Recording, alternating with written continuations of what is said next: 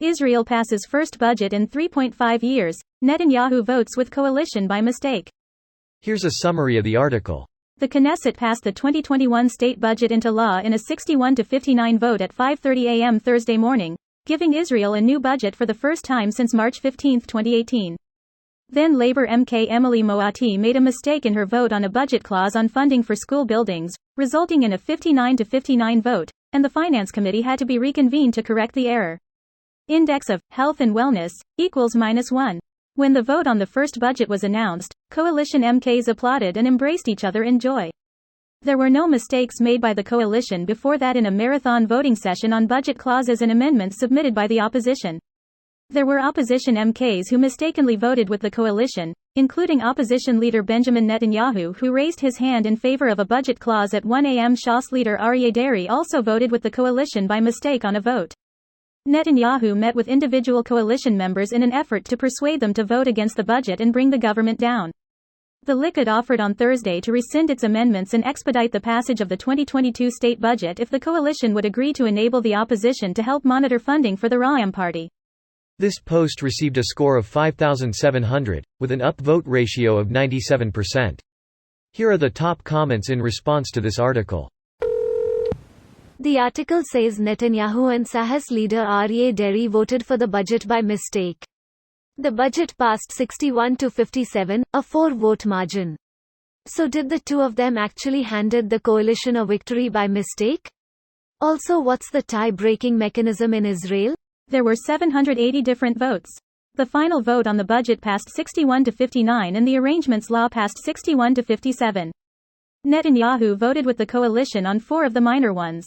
Pretty embarrassing, considering the fact that no one in the coalition made such a mistake, and he did it 4 times.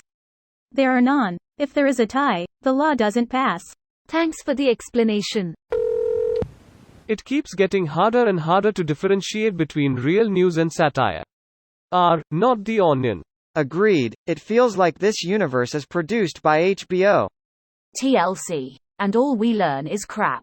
HBO would be a blessing. It's not Bibi, it's HBO. HBBO. Shouldn't that guy be in jail by now? His process is advancing, currently hearing witnesses. Are they going to be prepared if another Israeli election happens soon and Netanyahu wins? Gideon Saar, the Minister of Justice, is promoting a law preventing a person being accused with criminal charges from forming a government. The law still has to pass several stages in Parliament. I'm sure it's more complex than that, but this law seems like it could easily be abused by someone in power to remain in power. You are not wrong. The main point of the opposition, i.e. Netanyahu's party, is that it gives the government's legal advisor, the equivalent of the state DA, the power to effectively shoot down candidates. The way I see it, no system is immune to people acting in bad faith and cynically abusing power. But some systems are more prone to abuse than others. This law is definitely not in the spirit of limiting the power of the government.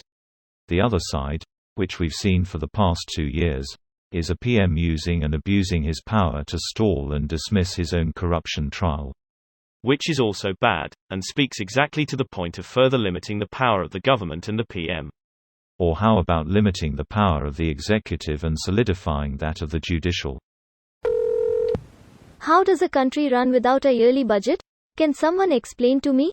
In the US, a lot of states have a mechanism where if a budget isn't passed by its deadline, the previous year's budget renews until the new budget is passed. It keeps funding levels the same without any increases or decreases to make sure things can at least carry on and function. I'd assume a lot of countries have the same mechanism in place. Why the US government can't do the same to avoid these stupid shutdowns, I have no idea. I mean, I do know why, it's just nothing to be proud of. This video was automatically created by Reddit to speech. The article and comments in this video were selected from Reddit according to their upvotes, and any paraphrasing was performed by smmry.com, without any human intervention.